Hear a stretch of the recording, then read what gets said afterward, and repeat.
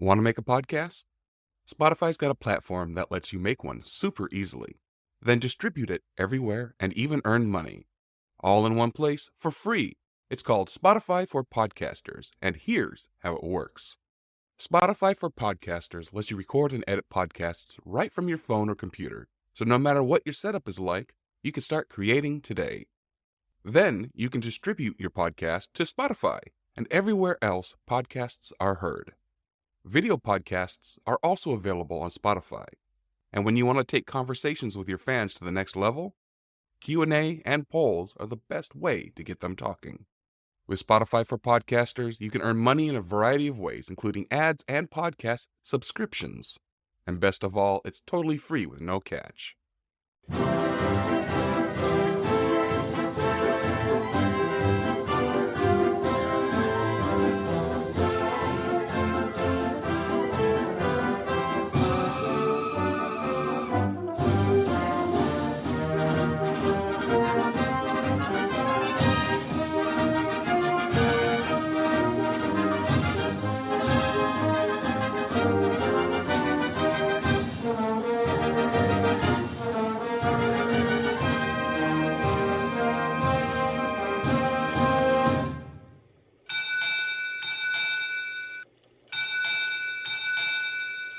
U.S. Navy history arriving.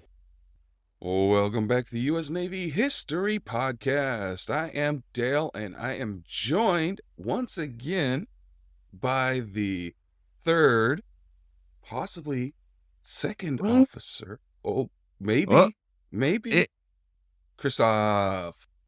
Yay! I'm perfectly happy being third mate, and the temptation of moving up is very exciting. Thank you for having me, Captain. You're welcome. Last time we were talking about torpedoes. We're going to finish it up today. How's that sound? Oh yeah, sounds cool. All right, so are you ready to get underway? I thought you were going to say underwater, but yes, I'm ready to do both. Well, you get hit by a torpedo, you will go underwater. Yes. All right, so we're going to pick right back up where we left off. We're going to talk about warheads. Finally, after all of this, we've talked about the delivery method this entire time. Now we talk about what's being delivered. So the warhead is usually some sort of aluminized explosive. This is because the sustained explosive pulse produced by the powdered aluminum is particularly destructive against underwater targets. Torpex was a brand that was used until about the 1950s, when it got replaced by the PBX compositions. Now, nuclear torpedoes have been developed. There's an example of one like the Mark 45 torpedo. That seems like a bad idea. I mean, right? If the distances aren't super great, I would think you'd have to be far away from a nuclear explosion for it to not affect you.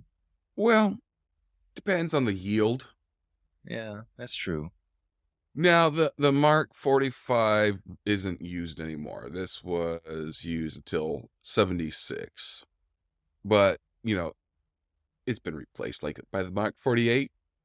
I like how consistent they are with their numbering. I remember back when it was just a Mark 7. Right. Well, the old Mark 45s were collected, given conventional warheads, and then, sold. That's good, I think. The warhead that was used had a dimension of about 17 inches and 34 inches long. The core was about 311 to 320 pounds, and it had a yield of about 11 kilotons. Whoa. That seems like a lot. So I know that they measure nuclear yield in reference to dynamite, right? So Yes. So 11,000. Okay. It's a lot of dynamite. The kiloton is equivalent to 4.18 for terajoules. I'm looking at a chart and trying to suss it out. Let's do this. See if I can find a converter. Oh, while you do that, I can say, hey, everybody listening, you should join our Discord where we can discuss yields and you can see pictures and interact with other listeners and things like that. Huh? Okay, so what was it? 11, did I say? Yes, 11,000 11, or 11 kilotons. 11 kilotons, not 11,000. Right. Well, I translated the killa into thousand. So, So that's about 11 million kilograms of TNT. oh yeah. Much less than a conventional ballistic missile. It's not a city destroyer. Yeah, I hope not. I mean, with you're delivering it not too far away from your ship, so you don't want it to be that massive, I imagine. So in lightweight anti-submarine torpedoes, these are designed to penetrate submarine hulls. And they typically use like a shaped charge. And then detonation can be triggered either by direct contact or by a proximity fuse, which uses sonar or magnetic sensors. So contact detonation. This is when a torpedo with a contact fuse strikes the side of its target. The explosion creates a bubble of expanding gas. The walls of this expanding gas moves faster and faster and faster than the speed of sound in water. This is what causes a shock wave. So the side of the bubble, which is against the hull, rips away the external plating, creating a breach, usually a very large breach. Then the bubble collapses in on itself, forcing a high-speed stream of water into said breach, destroying bulkheads and machinery in the path of the water. Wild. So the proximity detonation is a detonation usually right under the keel of the target. This explosion again creates the gas bubble, which they hope will damage the keel and the underside plating of the target. Now, the most destructive part of this explosion is the up thrust of the gas bubble, which will lift the ship in the water. The hull is designed to resist downward pressures rather than upward pressures. So this is going to cause a huge amount of strain. So when the bubble collapses, the hull is going to fall into the void that had just been created. And this sags the hull. Then the now weakened hull is going to be hit by the water coming up, rushing into that void, causing structural failure. On the vessels up to about the size of like a modern frigate, this can result that the ship just splits in two and sinks. So, this is really fascinating. I never really thought about how a torpedo rips a ship apart like that. I imagine modern designs, or even not that modern designs, would have the armor and plating in place beneath the surface for specifically for torpedoes and I guess submarine or airplane delivered torpedo attacks. Do you know when that type of armoring was instituted in ships as a general practice, or is it just kind of has always been stronger on the bottom to prevent it from breaking and sinking? Well, there's always been discussion armor plating, where to put it, how to put it. You also got to take into consideration weight, buoyancy. You put more and more armor on a boat, the slower and slower and less maneuverable it gets. So there's always been consideration of putting the armor on. It's just what's the best way to utilize it and whether it's going to be effective or not. Because as you just saw, water is very good for explosives. I can see that. Okay, I'm just curious. Carry on, Captain. Oh, no worries, no worries. So we'll get more into the damage. The damage that is caused depends on the shock factor value. This is a combination of the initial strength of the explosion and the distance between the target and the detonation. So there's also keel damage is referred to keel shock factor. So if the explosion directly underneath the keel, then the hull shock factor and the keel shock factor will be equal. But explosions that are not directly beneath the ship will have a lower keel shock factor. Remember, the keel is the backbone of the ship. Everything's built onto the keel. So if the keel goes, the ship goes. So direct damage is created only by contact detonation. This is the hole that appears into the side of the boat. So among the crew, they're going to get fragmentation wounds, and then the flooding typically occurs in 1 or 2 main watertight compartments. Now, if your compartments aren't watertight, you're done. So this type of damage will usually sink smaller ships and disable large ones. Then we have the bubble jet effect. This is what happens when a mine or torpedo detonates in the water a short distance away from the ship. It creates the aforementioned bubble, and due to the pressure difference, the bubble will collapse from the bottom. The bubble is, of course, buoyant because it's a bubble, and so it does rise towards the surface. So if the bubble does reach the surface as it collapses, it will create a pillar of water that can go over 100 meters into the air. No kidding. I bet that's crazy. Mm-hmm. It's actually cool to watch. Just hope that you're not in that path of that. Right. So if the conditions are perfect and the bubble collapses into the ship's hull, the damage to the ship can be extremely bad.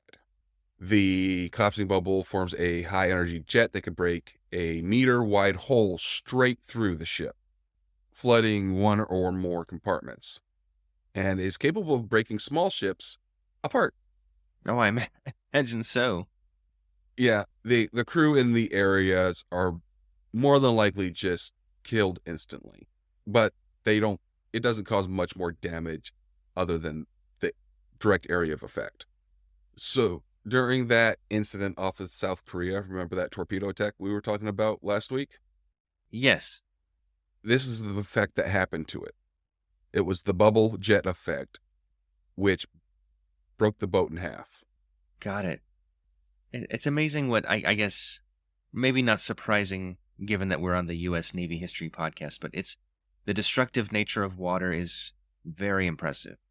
Oh, it is. Now we get to the shock effect. So this is when a torpedo detonates at a distance from the boat. The change in water pressure causes the ship to resonate. So this is frequently the most deadly type of the explosion, if it's strong enough. The entire ship is shaken violently, and everything on board is tossed around. That's why you always, when you get underway, you always hear stow for sea, making sure everything is locked down. But engines are ripped up from their fastenings, cables from wherever they're being holded, etc., etc., etc. If the boat is shaken badly enough, it will sink quickly because of hundreds or thousands of small leaks. Yeah, that would be impossible to manage. I can see why that's more dangerous. Now, the crew, they don't fare any much better than the boat because the shaking tosses them around, and if it's bad enough, this will cause injuries to knees and other joints in the body, and, things being tossed around hitting people.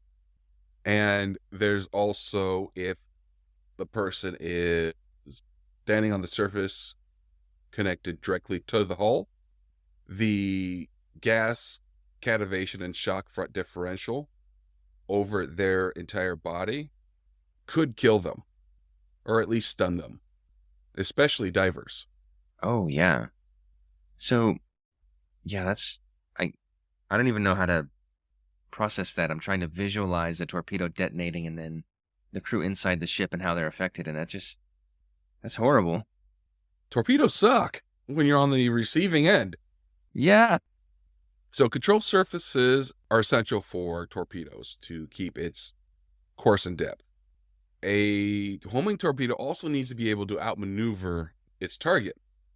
So they have very good hydrodynamics. And, because of the energy limitation, they're very efficient. Yeah. So launch platforms. So they could be launched from a different variety of platforms. Submarines, surface ships, fixed-wing aircraft, unmanned naval mines, and naval fortresses. And also helicopters. And a lot of times they're used in conjunction with other weapons. Like the Mark 46 torpedo used by the Navy is the warhead section of the anti-submarine rocket and the Captor mines. The Captor mine is a sensor platform underwater that releases a torpedo when they find hostile boats. So let me get this straight. My knowledge of mines is limited, mind you. I used to think that they were usually either tied below surface so ships couldn't see them, or they might be at the surface level. But what would happen would be they were passive, such that a ship would run into them and explode. But you're saying there are some mines that are either they can be controlled remotely, or maybe there's some kind of setup where they will launch torpedoes at a passing ship. Is that correct? Mm-hmm. The more advanced ones nowadays. That's crazy. Yeah, they are deep water anti-submarine naval mines. It is pretty much an aluminum shell anchored to the ocean floor. And when it has a torpedo in it, it has a life expectancy of between 2 weeks and 2 months. Okay, so you wouldn't deploy these long term. This is like to guard maybe a strait or something in the very near future, like you expect a contest, right? Where you would think an enemy submarine would approach from. I see. Huh. They will use the acoustic sound to identify and track different hostile submarine signatures, surface ships, and friendly submarines. Because each boat has a unique, Like profile or? acoustic profile. And once they identify it, it's loaded into a computer, sent out to the rest of the fleet. So once that acoustic profile is hit, they know, boom, that is the Russian submarine Gorbachev or whatever. And we are not at war with them, so we will not fire. Or, we're at war with them. Fire away. Well, that's, I guess, better than like a landmine situation where you deploy them and then war's over and then you still got a crap load of landmines everywhere that could kill indiscriminately. So I guess that's progress. You mean like in Vietnam where they're still finding landmines? Oh, yeah. Probably not as big of a naval concern, but. Well, no, not necessarily. Back in the Gulf War, the first one, there was a mine incident with the USS Missouri. They hit an underwater mine that was tethered to the bottom.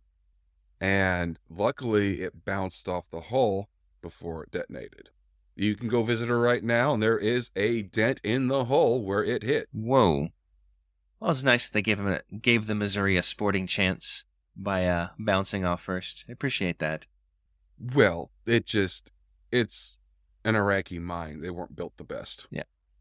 And besides failure rates, if the hull of the mine leaks, then salt water's added, corrosion, easily disabled. And I think as soon as like 5 years ago, we had a mine on one of the beaches in Corpus Christi that just washed ashore. Well, that's at least it was visible and avoidable. That's pretty crazy, though. Well, it was washed ashore. Corpus Christi bomb disposal guys came out and blew it up. Nice. I bet that was the best day of their lives. It's like they get the call. There's a mine on the beach. Yes. Anytime these guys get to blow something up, it's the best day ever. That's what they do. So, launching platforms. So, ships, of course, were the original launching platform. But Originally, they were the torpedoes were intended to launch underwater. So the Whitehead Torpedo Group, they originally intended their torpedoes to be launched underwater. And they got pissed off because they found out the British were launching them above water. And they were like, no, no, don't do that. They are too fragile for that. But once they saw that the torpedoes survived, they were like, huh, well, fine, let's put them on. Let's put the torpedo launchers on the bow. Because guess what? They won't get disabled if we get rammed. Oh, yeah. Yeah, because in this time, when the Whitehead torpedoes were used, lots of ramming. That is a historically effective tactic, depending on your ship and their ship. Mm-hmm. So to make sure that they didn't get damaged on the bow, they installed guide rails and sleeves. And also to make sure that when the torpedoes were fired, they fired in a straight line and didn't go splash, turn, boom. So first they launched them with compressed air. But then they were like, I don't like that. That doesn't make much of a noise. Let's use slow-burning gunpowder instead. I was going to say, when you say launched with compressed air, do you mean like T-shirt cannon style, or there was compressed air inside to help propel it, as we have discussed earlier? T-shirts cannon style. Okay. Thank you for putting it in terms I understand. Oh, you're more than welcome. So the torpedo boats, the first ones, they had a frame that they would just push over, hang over the side, and they just drop the torpedo. The Royal Navy coastal defense boats used during World War I used rear-facing trough and cordite ram to push the torpedoes into the water tail first. Then they had to move very quickly to get out of the way of their own torpedo. That seems like a bad plan, but I guess you got to start somewhere. Well, they're launching it from the rear. Right. Tail first, though, so kind of away from you, as if you're leaving and shooting behind you? So you're going straight towards your target. Uh-huh. They drop it, and they hit hard port and hard starboard, and the torpedo will keep going. I got it. Okay. So they're aiming it with their boat, Right. but they're doing it in a stupid way. Yes. I think we can all agree on that. Mm-hmm. So they also, going up to World War I, started developing multiple tube mounts, usually twin mounts, and then later triple mounts. And then once World War II hits, they were doing like quintuple mounts. These had 21 to 24-inch torpedoes with rotating turntable mounts. So destroyers had 2 or 3 of these mounts with like 5 to 12 tubes in total. Then the Japanese were like, hold my beer. They covered their tube mounts with splinter protection and adding a reloading gear, making them real turrets and increasing their broadside amount without having to add more tubes. So because that their Type 93s were very effective weapons, they also equipped their cruisers with torpedoes. And the Germans were like, you know what? Hold my... What do they drink? They drink beer also, but out of fancy steins, from what I understand. So the Germans were like, well, hold my stein. And they put their torpedo tubes on capital ships as well. So, from just a quick tangent real quick, as far as modern ships go, it seems like torpedoes are a very effective and mostly like quieter weapon than main guns that you see on a World War II era battleship, for example. How many ships nowadays have that kind of deployment, or is that the main weapon of choice for most ships? I can see it building in this case here, but I may be jumping to the ends. It is part of the arsenal. What ships carry them is classified. Okay. Other than submarines. Everybody knows submarines have. But modern navies use an assortment of weapons. You got torpedoes, you got missiles, you've got all sorts of things.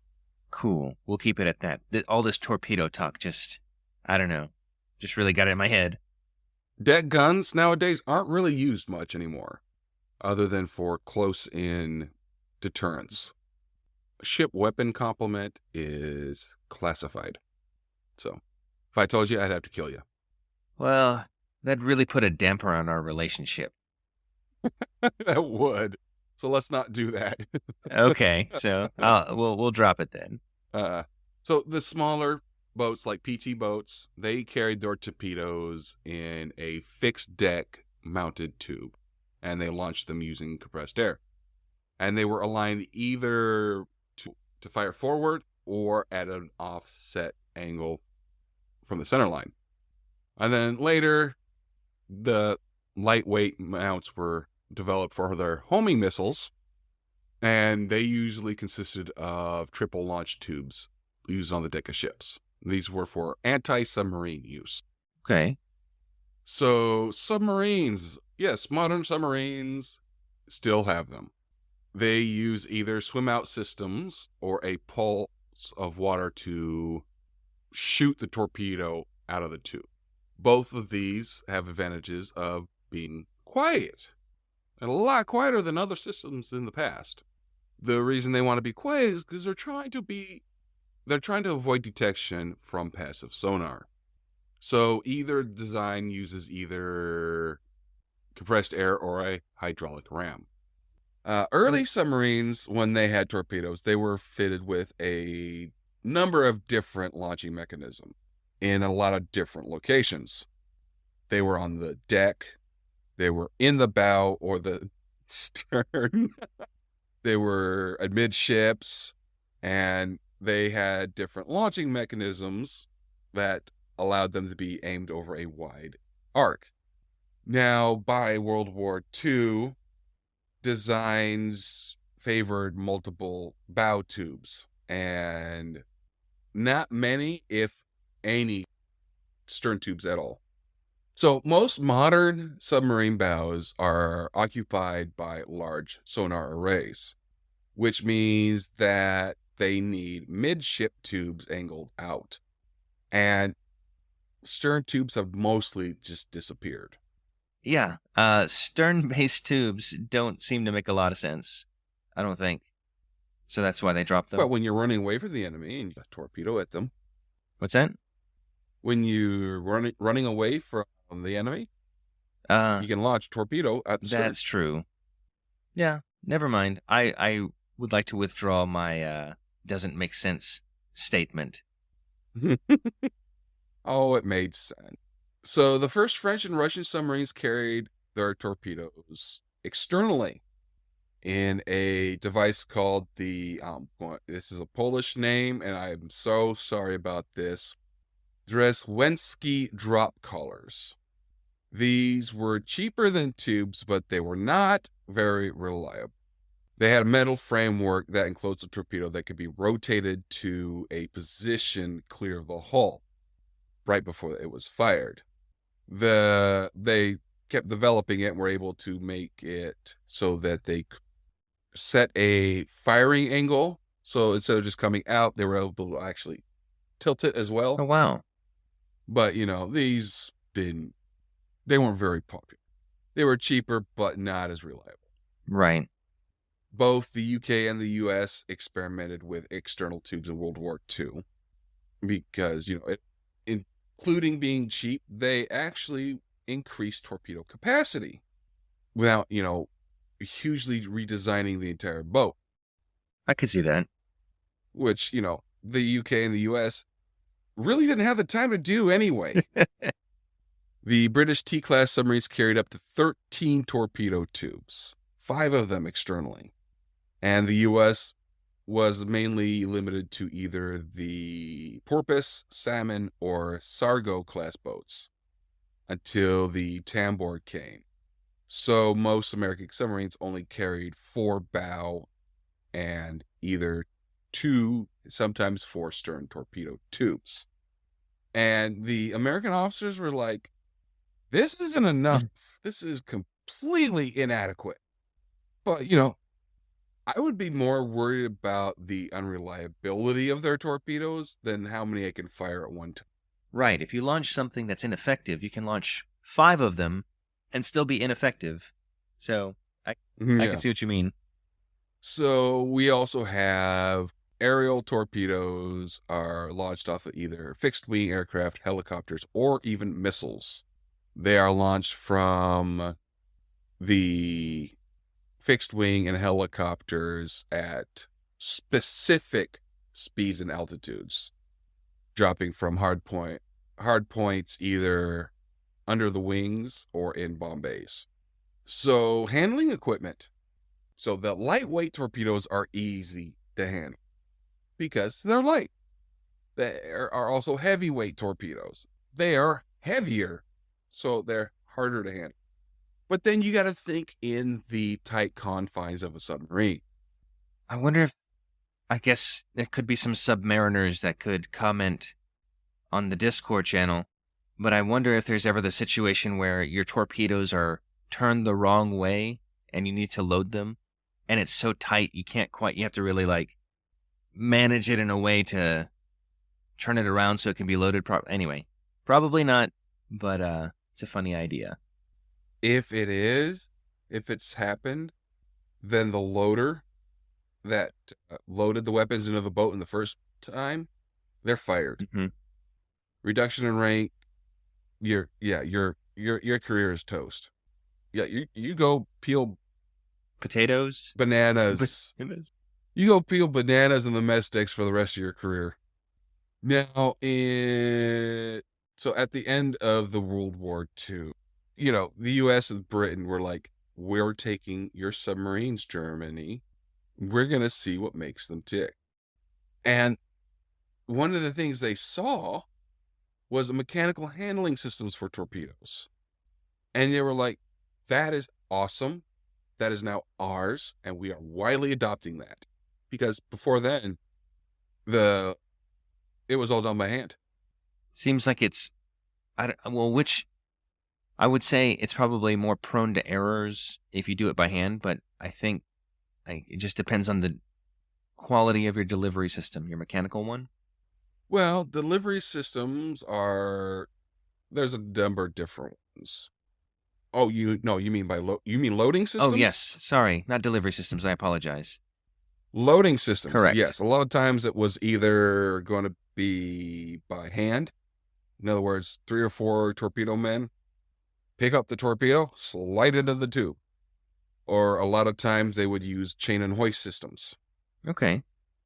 So that I think is pretty much gonna be it for torpedoes. We did it. Yes, we did. We went from torpedoes were first called mines, and then torpedoes became torpedoes, and mines became mines. And then we went and how they went boom, and everything in between. Nice. And I think we are actually going to be able to be good with that, because I think that made up the rest of our time. Cool. So what we'll do now is we will honor one of our fallen angels. We are working with HeroCars.us to honor one of our lost servicemen or women every week. Today we are going to honor Lieutenant Vincent Robert Capodano. His hometown was Staten Island in New York. He was assigned to Navy Chaplain Corps, 3rd Battalion, 5th Marines, 1st Marine Division. He received the Medal of Honor, Bronze Star, and Purple Heart. His date of sacrifice was September 4th, 1967, killed in action in Quang Tri Province, Vietnam. He was 38. So he was affectionately known as the Grunt Padre because he wanted to blend in with the infantrymen under his care. So Lieutenant Vincent Robert Capodano was given constant reminders that it was not his job as a chaplain to go on patrols, but he preferred to wear no insignia of rank on his uniform and to go where the fighting was the hottest and heaviest.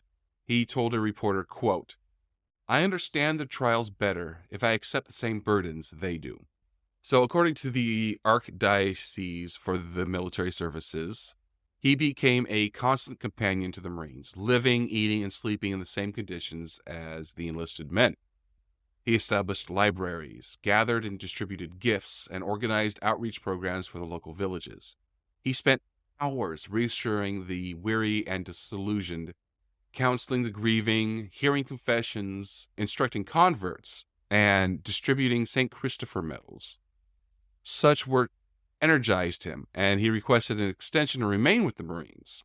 It was during his second tour on September 4th, 1967, when the 3rd Battalion, 5th Marines, that Father Vincent Capodanno made the ultimate sacrifice. He left the relative safety of his command post and ran through an open area under heavy enemy fire, administering last rites to the dying and giving medical aid to the wounded. He was struck down by machine gun fire, awarded the Medal of Honor for his heroic conduct on the battlefield.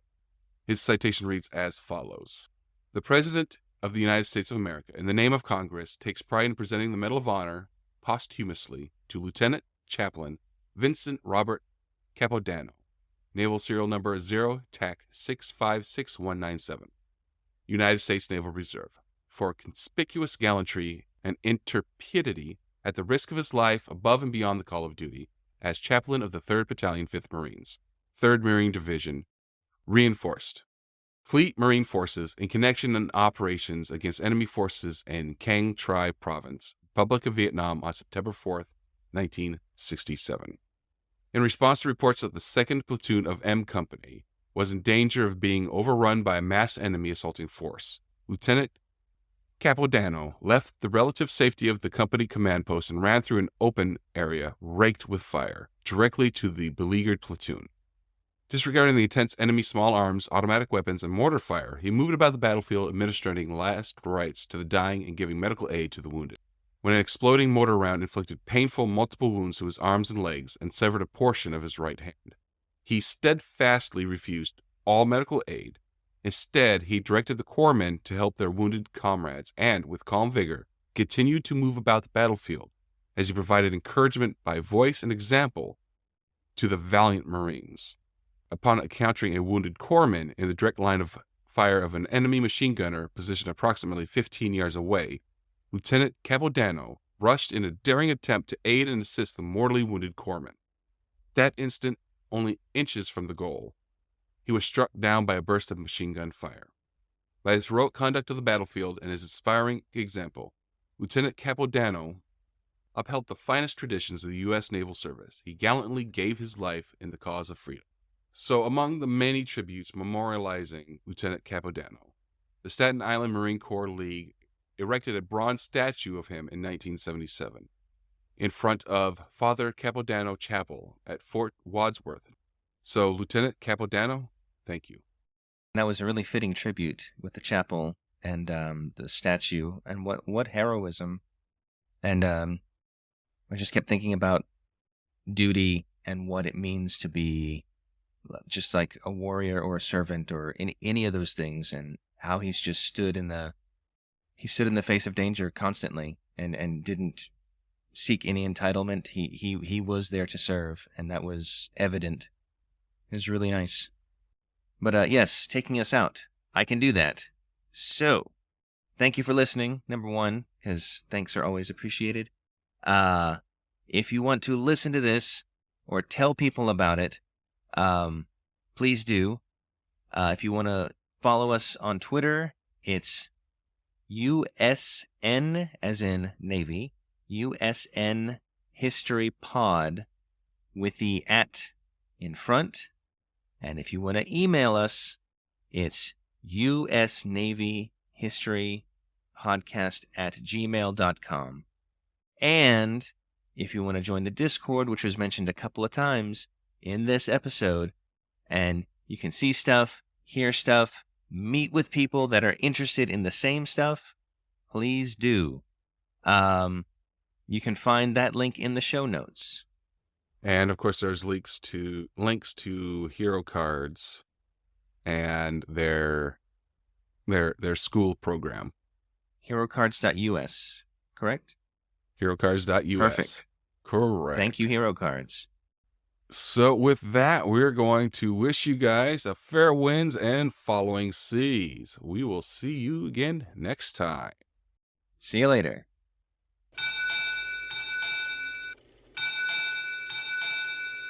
U.S. Naval History Podcast, departing